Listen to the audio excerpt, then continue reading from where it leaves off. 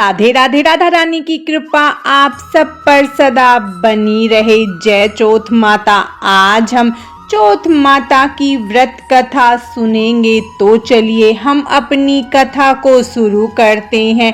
एक नगर में एक बूढ़ी माँ रहती थी। वह अपने बेटे की सलामती के लिए 12 महीनों की चौथ का व्रत करती थी। हर चौथ पर पंसारी से थोड़ा सा गुड़ और घी लाकर 4 लड्डू बनाती, एक बेटे को देती, एक से पूजा करती, एक हथकार के लिए निकालती और एक चांद उगने पर खुद खा लेती थी। एक बार उसका बेटा ताई से मिलने गया। ताई ने चौथ का व्रत कर रखा था। ताई से पूछा, माँ तो 12 चौथ करती है। ताई बोली, तेरी माँ तेरी कमाई से तरमाल खाने के लिए 12 चौथ करती है। तू प्रदेश जाए तो वह एक भी चौथ नहीं करेगी। लड़के को लगा ताई सच कह रही है। घर आकर माँ से कहा, मैं प्रदेश जा रहा हूँ, यहाँ तू मेरी कमाई खाने पीने में ही उड़ा देती है।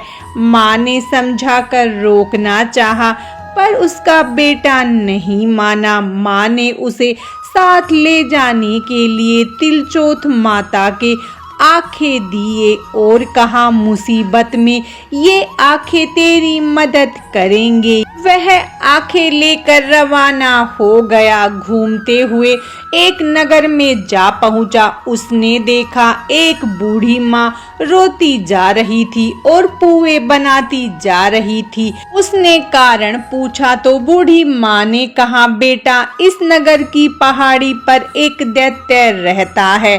वह पहले नगर में आकर कई लोगों को खाने के लिए मार देता था। अब राजा हर एक घर से एक आदमी दैत्य के पास भेजता है और आज मेरे बेटे की बारी है, इसीलिए रो रही हूँ और उसी के लिए पुए बना रही हूँ। वह बोला, तू पुए मुझे खिला दे, तेरे बेटे की जगह मैं चला जाता हूँ। बूढ़ी माँ ने खीर पुए उसे खिला दिए। खा पी कर वह तो सो गया। रात को सैनिक आए तो बूढ़ी माँ ने उसे भेज दिया। दैत्य के सामने पहुँचने पर उसने चौथ माता के आंखें दैत्य की तरफ फेंक कर कहा, हे चौथ माता, यदि मेरी माँ मेरी सलामती के लिए व्रत करती है तो दैत्य का सिर कट कर गिर जाए। तुरंत दैत्य का सिर कट गया। लड़का वापस आ गया। राजा ने उसे उपहार देकर विदा किया। चलते हुए एक दूसरे राजा के नगर में पहुंचा।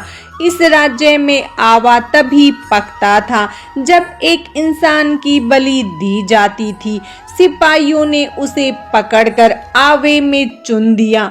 लड़के ने आंखें आवे में डाले और कहा, हे चौथ माता, यदि मेरी माँ मेरे लिए व्रत करती है तो आवा मेरी बलि लिए बिना ही झट से पक जाए। आवा तुरंत पक गया।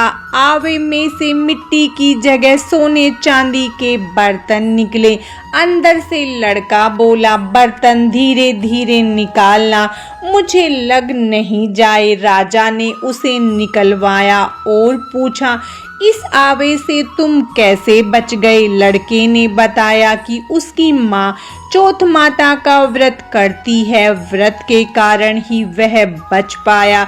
राजा को विश्वास नहीं हुआ। उसने एक चांदी की सुराही मंगवाई और कहा कि सुराही की नली से निकल कर दिखाओ, तभी तुझ पर विश्वास करेंगे। लड़के ने चौथ माता को याद करके आंखें सुराही में डाले और कहा, मैं भंवरा बनूं, सुराही से निकलूं। लड़का भंवरा बनकर सुराही से निकल गया। राजा ने खुश होकर राजकुमारी की शादी उसके साथ करवाई और सभी लोगों को चौथ माता का व्रत करने को कहा।